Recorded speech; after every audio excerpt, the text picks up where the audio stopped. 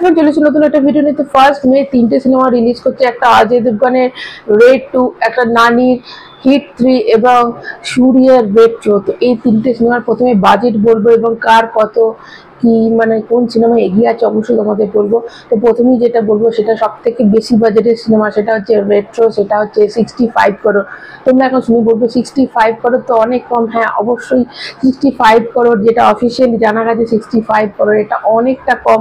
এবং সেটাও আবার তামিল সিনেমা। দেখো, তামিল সিনেমাতে অবশ্যই তাদের নিজস্ব একটা, তাদের নিজেদের লোকরা অবশ্যই দেখবে এবং এটা কিন্তু প্যান ইন্ডিয়া সিনেমা রিলিজ করছে এবং 5টা ল্যাঙ্গুয়েজে রিলিজ করবে।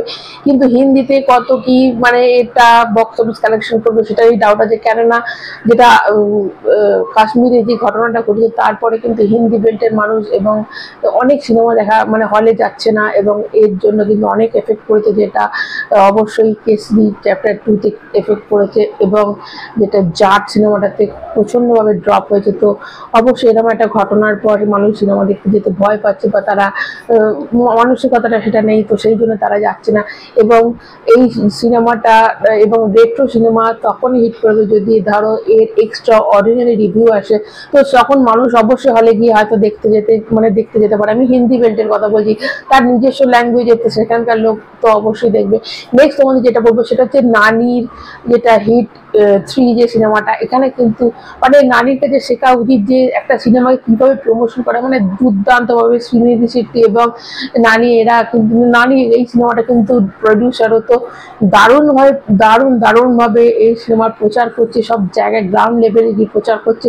তো এই সিনেমাটা অবশ্যই রেট্রো এবং যদি হিট 3-র মধ্যে এই দুটো সিনেমা যদি তুলনা করা হয় তাহলে অবশ্যই নানির হিট 3 সিনেমাটা কিন্তু অনেক এগিয়ে আছে। কেননা দেখো, দুটো ট্রেলারে যদি কম্পেয়ার করা হয় তাহলে অবশ্যই এই যে হিট 3 কিন্তু ট্রেলার যথেষ্ট ভালো হয়েছে, মানুষের কিন্তু বেশি পছন্দ হয়েছে এবং এই সিনেমাটাও কিন্তু প্যান ইন্ডিয়া সিনেমা এবং এই সিনেমাটাও মানুষ মানে হিন্দি বেল্টের মানুষ তখনই দেখতে যাবে যদি এটার এক্সট্রা অর্ডিনারি একটা রিভিউ আসে, কারণ মানুষ কিন্তু এই কাশ্মীরের এই ঘটনার পর এমনিতে মানুষ সিনেমা দেখতে যা কমে গেছে। এবং নেক্সট তোমাদের যে আরেকটা সিনেমা রিলিজ করছে সেটা হচ্ছে রেড 2। এটা রেডের পার্ট 2 হচ্ছে, তারপরেও কিন্তু এর বাজেট যেটা শোনা যাচ্ছে 48 কোটি টাকা। এটা কিন্তু অফিসিয়ালি না, আনঅফিসিয়ালি জানা গেছে। এবং কিছু প্রডিউসার থাকে যারা কিন্তু নিজেদের কত বাজেটের সিনেমা সেটা কিন্তু তারা বলতে জানে। দেখো, যদি 48 কোটি, এটা মানে ভেতর থেকে খবর পাওয়া গেছে, এটা নাও সত্যি হতে পারে। যদি 48 কোটি সিনেমা হয়ে থাকে তাহলে কিন্তু অনেক ভালো, কারণ এই সিনেমাটার এমনিতেই দেখো এই ঘটনার পর থেকে তোমাদের বললামই যে মানুষ সিনেমা দেখতে যাওয়া অনেক কমে গেছে। অ্যাডভান্স বুকিং এর কথা যদি আসা যায়, আজ থেকে মানে আজকে 27 তারিখ, 27, 28, 29, 30, 1 তারিখ থেকে তো রিলিজই করছে। তো অবশ্যই এখন অনেক টাইম আছে। তো আজকে কত অ্যাডভান্স বুকিং হয়েছে, কত শো পেয়েছে, 1900 মানে 2000ই শো পেয়েছে। এবং তোমাদের বলে দিই 253 অ্যাভারেজের টিকিট প্রাইস হয়েছে এবং 1110টা টিকিট সোল্ড আউট হয়েছে এবং 4 লাখ এর অ্যাডভান্স বুকিং থেকে টাকা উঠে এসেছে এবং উইথ ব্লক যদি বলি তাহলে এটা হচ্ছে 11 লাখ। তো অবশ্যই এটা অনেকটাই কম, কিন্তু যদি এর বাজেট যদি কম হয়ে থাকে তাহলে একদিকে কিন্তু ভালো।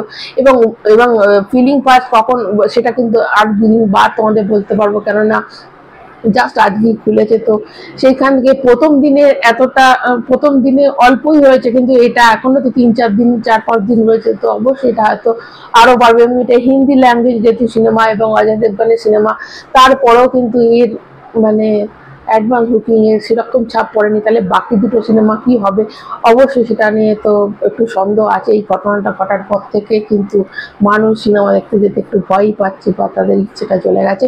তো আপাতত এইটুকুই। 3টে সিনেমার মধ্যে যদি তোমরা বলতে চাও তাহলে অবশ্যই হিট 3 কিন্তু এগিয়ে আছে।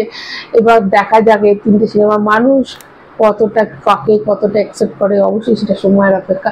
তো আপাতত এইটুকুই। ভালো লাগলে একটা লাইক দেবে, চ্যানেলটা সাবস্ক্রাইব করে সবাই ভালো থেকে টাটা।